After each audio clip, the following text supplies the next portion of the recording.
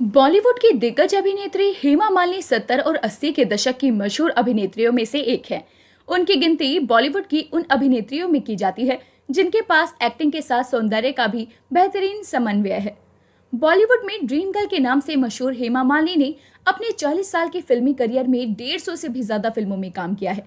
लेकिन करियर के शुरुआती दौर में उन्हें एक दिन वो भी देखना पड़ा जब एक फिल्म निर्माता ने उन्हें ये कह दिया था कि उनमें अभिनेत्री बनने का कोई गुण ही मौजूद नहीं है।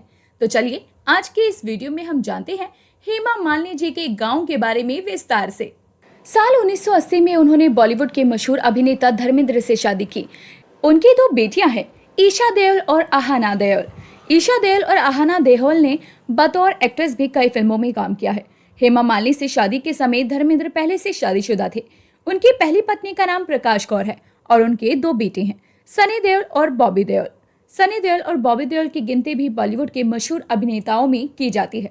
अपनी biography Hema Malini beyond the dream girl में हेमा मालिनी ने इस बात का जिक्र किया है कि बॉलीवुड के मशहूर अभिनेता जितेंद्र और संजीव कुमार ने भी उन्हें प्रपोज किया था, लेकिन उन्होंने धर्मेंद्र की दूसरी पत्नी बनना ही स्वीकार किया। हेमा मालिनी के जीवन में बस यही तमन्ना रही कि उनकी शादी उन्हीं से हो जिससे वो प्यार करती हो, लेकिन उन्होंने ये कभी नहीं सोचा था कि उन्हें एक शादीशुदा इंसान धर्मेंद्र से प्यार हो जाएगा। हेमा मालिनी के पिता उनकी शादी के खिलाफ थे। यही वजह रही कि जब तक उनके पिता जिंदा रहे उन्होंने शादी ही नहीं की। संजीव कुमार उस समय अपने करियर के शीर्ष पर थे और वो हेमा मालिनी से बेहद प्यार करते थे। हालांकि उनकी कभी हिम्मत नहीं हुई कि वो खुद हेमा मालिनी को प्रपोज कर सके, इसीलिए वो अपने प्यार का पैगाम लेकर जितेंद्र को हेमा मालिनी के पास भेज चुके थे, लेकिन हेमा मालिनी ने संजीव कुमार का प्रपोजल ठुकरा दिया। इसके बाद संजीव कपूर खुद अपने रिश्ते की बात करने हेमा मालिनी के घर गए, लेकिन हेमा मालिनी ने ये कहते हुए शादी से इनकार कर दिया कि वो अभी अपना सारा ध्यान अपने करियर पर फोकस करना चाहती हैं, इसीलिए वो अभी अपनी शादी के बारे में नहीं सोच रही हैं। जितेंद्र पर अपने परिवार की तरफ से शादी का दबाव था। उनके और हेमा मालिनी के परिवार वाले चाहते थे कि दोनों शादी कर लें। परिवार के दबाव में आकर हेमा मालिनी भी शादी के लिए तैयार हो गई। दोनों के परिवार ने शादी की तैयारियां भी शुरू कर दी, लेकिन इस बात की भनक जब धर्मेंद्र को हुई तो वो फिल्म अंदाज में हेमा मालिनी के घर चेन्नई पहुंच गए, जहां जितेंद्र के परिवार वाले भी पहले से पहुंचे हुए थे। उन्होंने हेमा मालिनी और जितेंद्र की शादी ही रुकवा दी और हेमा मालिनी को किसी तरह खुद से शादी करने के लिए मना लिया। इस तरह धर्मेंद्र अपने प्यार के लिए हेमा मालिनी और जितेंद्र की शादी नहीं होने देने में सफल हो गए। धर्मेंद्र पहले से शादीशुदा थे, इसीलिए उन्हें हेमा मालिनी से शादी करने के लिए अपना धर्म बदलना पड़ा। हिंदू विवाह अधिनियम के तहत वो अपनी पहली पत्नी को तलाक दिए बिना दूसरी शादी नहीं कर सकते थे और उनकी पहली पत्नी प्रकाश कौर उन्हें तलाक देने से इनकार कर चुकी थी। साल 1980 में धर्मेंद्र और हेमा मालिनी ने इस्लाम धर्म अपनाकर एक दूसरे से शादी कर ली। बाद में दोनों ने हिंदू रीति रिवाज से भी शादी की। बॉलीवुड की सक्सेसफुल और खूबसूरत एक्ट्रेसेस में से शुमार हेमा मालिनी की गिनती एक समय बॉलीवुड की सबसे महंगी अभिनेत्रियों में होती थी। कई फिल्मों में साथ काम करने के बाद उन्होंने साल 1980 में धर्मेंद्र से शादी की, लेकिन ये जानकर आपको भी हैरानी होगी कि इनकी नेटवर्थ के मामले में हेमा मालिनी अपने पति धर्मेंद्र और अपने सौतेले बेटे सनी देओल से भी आगे हैं। दरअसल साल 2019 के चुनावी हलफनामे के मुताबिक हेमा मालिनी के पास कुल 249 करोड़ रुपए की संपत्ति है, जिसमें 135 रुपए उनके और 114 रुपए उनके पति धर्मेंद्र के हैं। ये जानकर आपको भी हैरानी होगी कि बीते 5 सालों के अंदर उनकी कुल संपत्ति में करीब 72 करोड़ रुपए का इजाफा हुआ है। 5 साल पहले साल 2014 में उनके पास कुल 178 करोड़ रुपए की संपत्ति थी।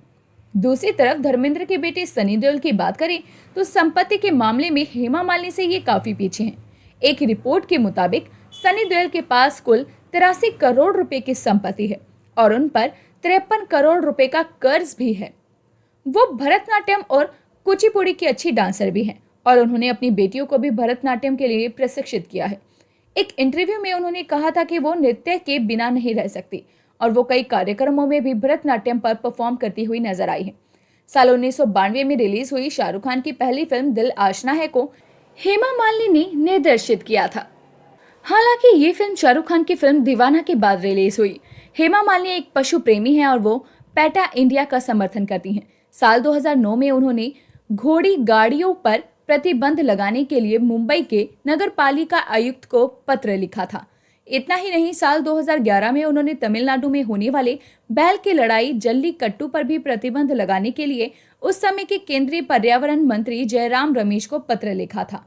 वहीं अगर उनके गांव के बारे में बात की जाए तो हेमा मालिनी का जन्म 16 अक्टूबर 1948 को तमिलनाडु के तिरुचिरापल्ली में हुआ था। उनके पिता का नाम VSR चक्रवर्ती और माता का नाम जया लक्ष्मी चक्रवर्ती था।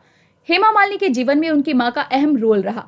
तमिल फिल्मों में एंट्री से लेकर बॉलीवुड में टॉप अभिनेत्रियों की लिस्ट में शुमार होने तक हेमा मालिनी के सारे डिसीजन उनकी मां ही लेती थी। उन्होंने अपनी स्कूली शिक्षा आंध्र महिला सभा दिल्ली और Tamil education association senior secondary school नई दिल्ली से पूरी की। उन्होंने बहुत कम उम्र में ही फिल्मों में काम करना शुरू कर दिया था, इसलिए उन्होंने आगे की पढ़ाई नहीं की। दरअसल तिरुचिरापल्ली दक्षिण भारतीय राज्य तमिलनाडु का चौथा सबसे बड़ा शहर है, जो अपने ऐतिहासिक महत्व के लिए जाना जाता है। इतिहास की पन्नी खंगाली तो पता चलता है कि शहर का संबंध 3री शताब्दी ईसा पूर्व से है।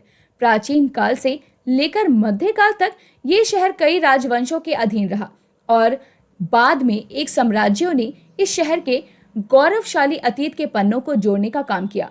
चोल, पांड्य, पल्लव, विजयनगर साम्राज्य, कर्नाटक साम्राज्य और अंग्रेजों ने यहाँ लंबे समय तक राज किया और वर्षों तक शहर की संस्कृति को भी प्रभावित किया।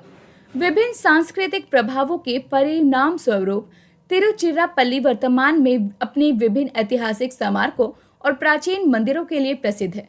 इसके अलावा कावेरी नदी के विभिन्न तटों से घिरे होने के कारण ये शहर वनस्पति और प्राकृतिक संसाधनों में भी समृद्ध है। उम्मीद करते हैं दोस्तों, इस वीडियो के जरिए आपको हेमा मालिनी की खूबसूरती और उनके जीवन के रहस्यों के बारे में भी जानने को मिला होगा।